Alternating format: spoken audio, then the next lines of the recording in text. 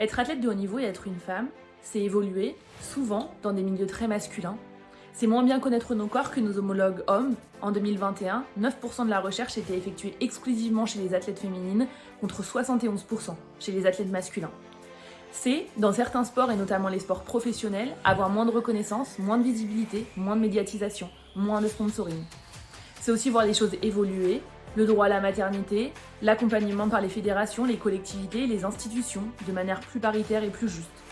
C'est aussi se souvenir que le droit de vote a été acquis en 1944 en France et que le premier marathon couru par une femme remonte à 1967 seulement. C'est aussi se réjouir de vivre une année comme l'année 2024 avec les premiers Jeux paritaires de l'histoire en France à Paris.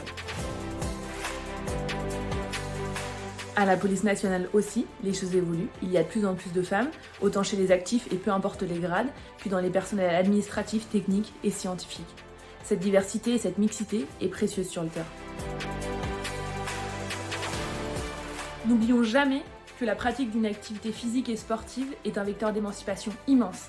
Amener une jeune fille, une fille ou une femme dans une association sportive ou à la pratique du sport amènera toujours à une société plus paritaire demain.